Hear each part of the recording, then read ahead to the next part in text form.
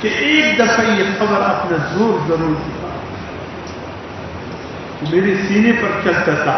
اب آ گئے ہوں ڈی سی صاحب، گورنر صاحب بنے پھرتے تھے، صدر وزیر اعظم بنے پھرتے تھے، بڑے عالی نسب، عالی مقام، بڑے دولت والے پھرا کرتے تھے. اب آگے ہیں یہ طرف، اب میں اپنی قوت تمہیں دکھا دوں.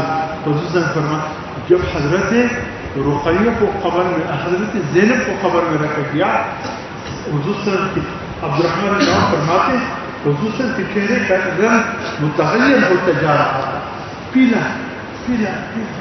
ہم گھبرا گئے، یا اللہ سے یا اللہ سے حضور کے چہرے انور کو کیا ہو رہا ہے. پھر کافی دیر کے بعد حضور کا چہرہ انور اپنی حالت پر آ گیا، اس کی آ گئی. ہم نے کہا یا رسول اللہ، آپ کے چہرے کا رنگ متغیر ہوا. فرمائے جو ہی میں نے اپنی بیٹی بی بی زینب کو قبر میں رکھا، قبر اس پر تنگ ہونا شروع ہوا. میں گھبرا گیا.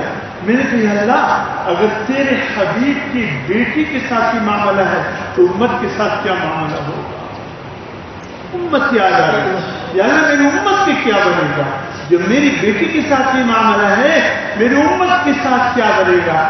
قریب آئے، تھوڑی سی جنبش ہوئی بی بی زینب کی لاش کو، پھر اتنی وسیع ہو گئی جہاں تک بی بی زینب کی نگاہ جاتی ہے وہاں تک قبر وسیع ہو گئی.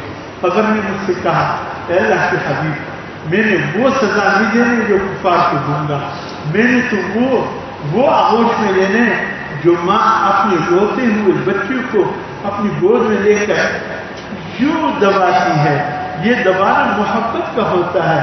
اس دبانے سے بچوں کو رونا نہیں آتا، بچہ ہنسنے لگتا ہے، مسکرانے لگتا ہے.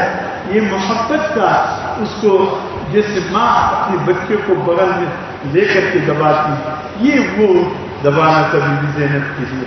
پھر امت کے ساتھ یہی معاملہ کروں اور یہی معاملہ امت کی مغفرت کے لیے باعث ہوا.